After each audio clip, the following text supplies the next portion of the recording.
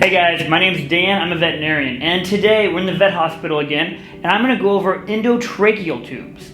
An endotracheal tube is a tube that a veterinarian will place down the throat of your pet during general anesthesia. It keeps your cat, your dog, your lizard safe during the process. Now, in a previous video, guys, I went over the anesthesia machine. If you missed that, go ahead and watch it. That way you understand how anesthesia machines work in the veterinary hospital.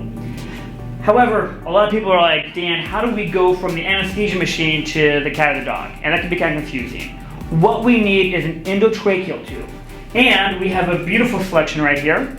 Endotracheal tubes are based on the patient size. As you can see, check this out, guys. Look how small this one is. It's like a little baby one. Super small. And then we have these massive ones right here for your big doggies, like maybe like a big lab right here. The goal of an endotracheal tube is to make sure when we tube the patient, when it goes down their trachea, that we are able to get a snug fit, not super tight, we don't cause irritation in the throat, but we don't want to be so loose where we have gas escaping around it. So, let's say we're going to pick a patient and we have a patient right here, and my brother John's recording. Look at this, John. We have a patient right here. We're going to call this guy Franklin. This is Franklin. And with Franklin, he has a boo-boo right here, and we're gonna fix this. But you know what, guys, it's pretty serious. So we need anesthesia. We're gonna get our machine ready, and we're gonna get him pre-knitted so he's all tired. And now, when he's being induced, he's like sleepy, we're gonna go ahead and tube him. Earlier, John and I were talking it over, and we picked a number 5. Sometimes, all the time, these tubes are labeled for smaller numbers being smaller tubes, bigger tubes being bigger tubes. That way, when I do my medical notes at the end of the day, I can say Franklin got a 5 endotracheal tube and it worked really well. What we're gonna do is, when he's tired, we're gonna go ahead and we're gonna open his mouth up and we're gonna place this endotracheal tube.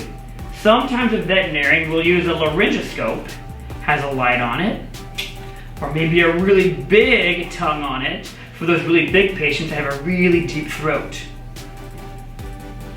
Now, a laryngoscope, when you do it, you're gonna basically press down, and I, guys, personally, I've been doing it such a long time, I tend to just open the mouth up and visualize the entrance into the trachea. So you have these arytenoids, you can see, and we just place it. So if I had someone helping me, we would just slide it down there like so. Now, you don't want to go into the esophagus, right? If you go into the esophagus, that's where the food goes. You're helping nobody. Get it out of there. So if I did that, I'd pull it out, and I'd reassess, and I'd put it back down the trachea.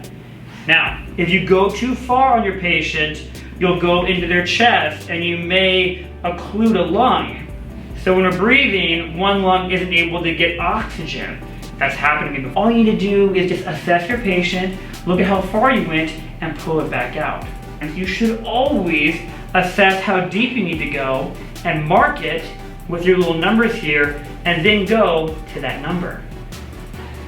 Once we're in and we're set, and the patient is breathing out of it, we're going to turn them over, and we're going to connect them to our anesthesia machine, like so.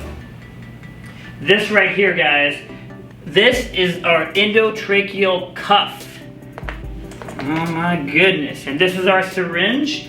Now, I mentioned earlier, our goal is to get the best size. So you want to pick a really close size for the diameter of your patient's trachea or windpipe. However, you don't want it super tight, because if you have it tight and it goes down the throat, you will cause tracheal irritation, and that patient will cough a lot post-op, and it's irritating. So this tube is a perfect size. There's a little bit of space. I'm going to fill that space by filling this cuff up. Now, just a little disclaimer. This is a broken cuff. That's why I'm using it on this kid. Let me show you a real cuff here.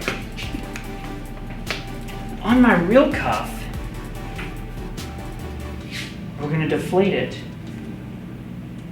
And just imagine, if this went down a patient's throat, I could then inflate it a little bit, or a lot of it, And now it's going to be nice and snug against the trachea.